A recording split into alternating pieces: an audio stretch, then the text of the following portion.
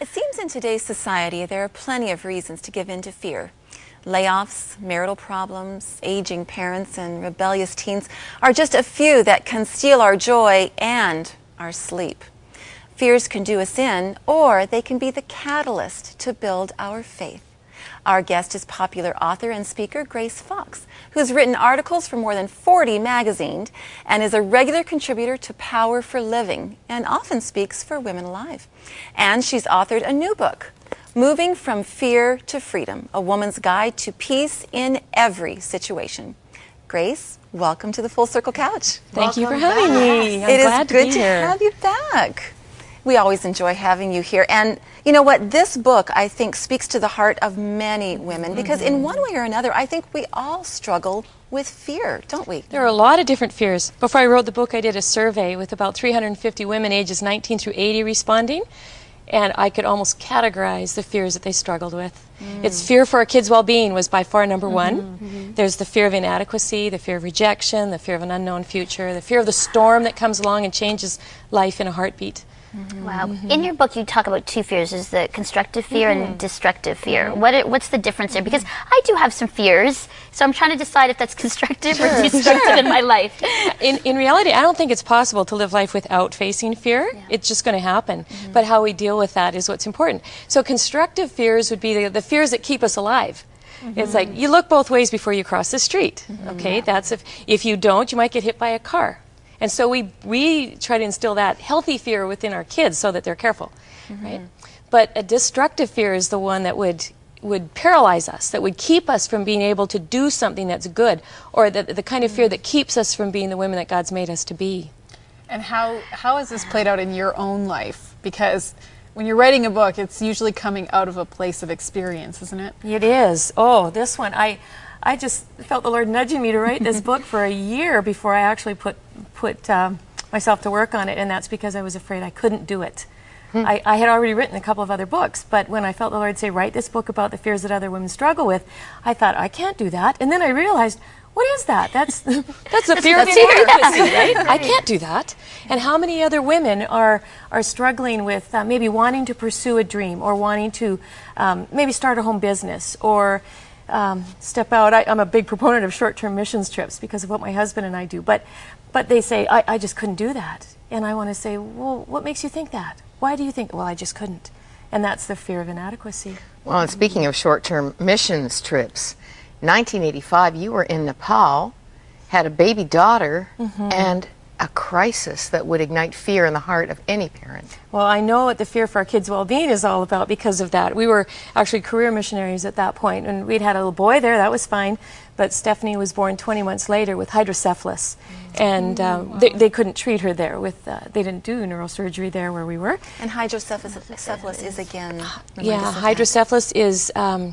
Water. It's water on the brain, and she needed a shunt put into her head in order to reduce the pressure off her brain so there wouldn't be brain damage. But they couldn't do that surgery there, and so when she was 3 days old, my husband took her home, and I was left behind because the airlines wouldn't allow me to travel with her. But I'd had a cesarean section, and so they said I was a high medical risk, and they didn't want me on the plane.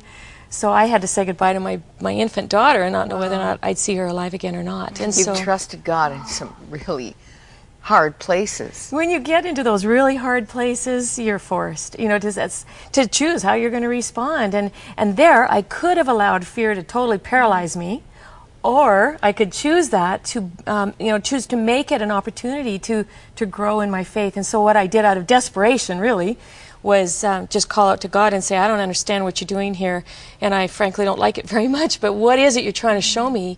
And he met me with just putting the lyrics of the song, Great is Thy Faithfulness, into my mind, and reminding me that he would be faithful. You know, God speaks to us in so many different ways, doesn't he? Sometimes he speaks to us and just through the life of a friend who comes alongside of us and walks with us, and sometimes it's just the words of a song that he knows we need to plant deep within our spirits. Yes.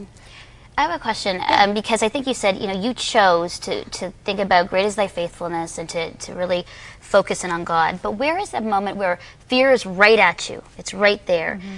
What is the moment, what is the trigger where we should choose not to be overcome by that fear? Because I think for everybody it's that practical thing where we react. I think for me sometimes I react versus taking the time to, sort of choose the right decision? Well, I think you've asked an important question, and really, to me, the answer lies in how we prepare for that. Because when I address women's groups, I talk about facing the storms of life.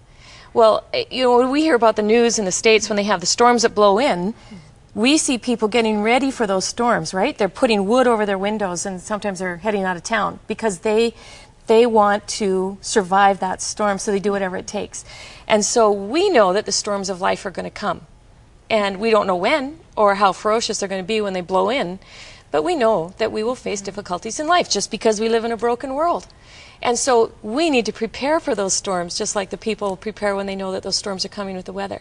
So how do we prepare? We need to be in the Word, and we need to be cultivating that relationship with Jesus as a priority, not letting it be second place to the busyness of life. And we're all busy women. I know what that means. But if we don't make that our priority, we will be blown away when the storms come. And so I interview a lot of different people, and I write their stories for Powerful Living, Sunday school paper, and I come away so blessed from hearing their testimonies because they've encountered storms. Well, what gave them their strength? It was because they'd been cultivating that relationship with Jesus prior to the storm. So when you get into the storm, when it blows, if you're not ready for it, you're going to have a really hard time. Well, I think a lot of fear is also rooted in insecurity. And I think that has to do a lot with who we are, and I think that's where that maybe that fear of inadequacy comes in, because you just think, well, I know me and I don't think I've got enough. But I know one of the lessons I've been learning a lot is that my security is not in me whatsoever, or in who I am, or in my accomplishments, or anything. And there is actually no secure place in my world. Like, I mean, control is such an illusion that we hold on to. we hold on to it, but it's like, but we aren't in control whatsoever. No. But one of the really just amazing things like God has been showing me is that He is the only secure thing that exists, and that if I'm going to face fear or different situations, that is the only place I can turn to, because it's certainly not in me or even in my friends or my family or anything. There's absolutely nothing secure out there.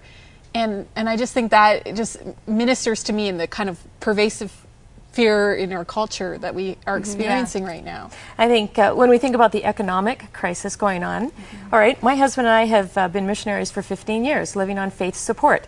So what happens in economic crisis? Now, I'm seeing in women's ministries groups cancel because they're afraid. They won't have the numbers. They won't have the numbers to pay the bills.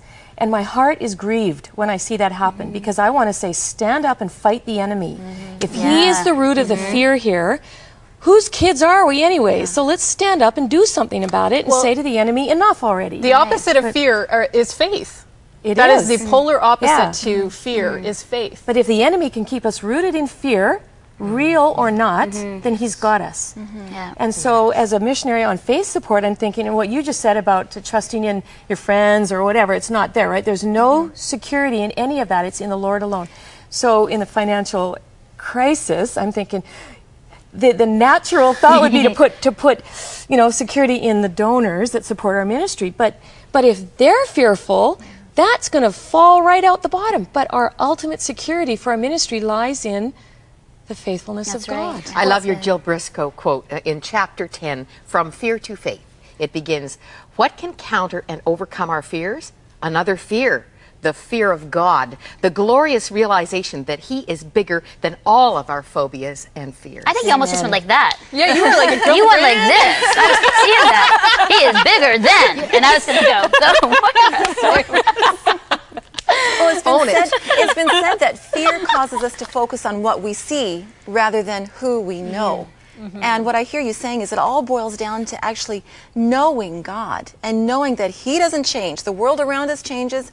Our financial circumstances can change. Everything can change. But God never changes. And when we put our faith in Him, when we put our very lives in Him, then we know that we are secure, that we've got that security that we need to face tomorrow. We need to stop focusing on the problems and focus on the promises.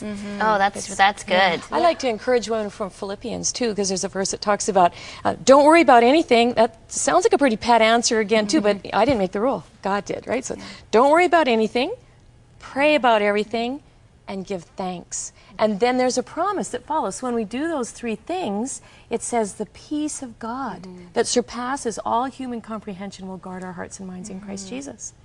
And I just have to keep going back to that. When I go through the hard times, what am I doing? What choices am I making with what to do with my thoughts right now?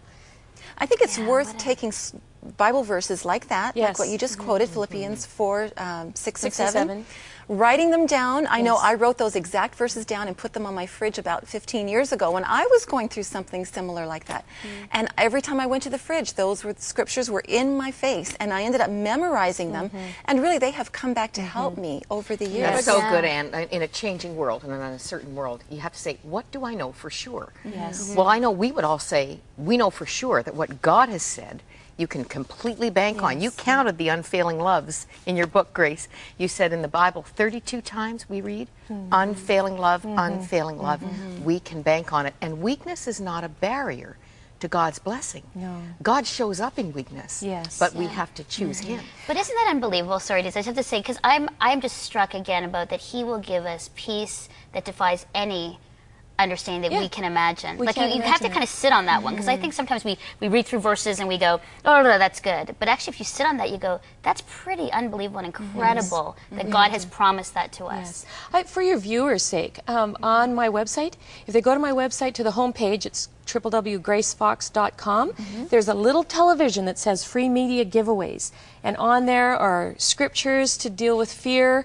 There are a couple of articles that I've posted on there. One is how to overcome the fear of inadequacy. One is about dealing with the storms of life. That's so good. So take those, for your viewers, and download those. And Grace, your newest book, Moving from Fear to Freedom, A Woman's Guide to Peace in Every Situation. Where can people pick up a copy of this book? Any local Christian bookstore, or even those stores like Chapters will have it in their computer system. Grace Fox, thank you for joining us on the Full Circle Couch and taking time out of your very busy schedule.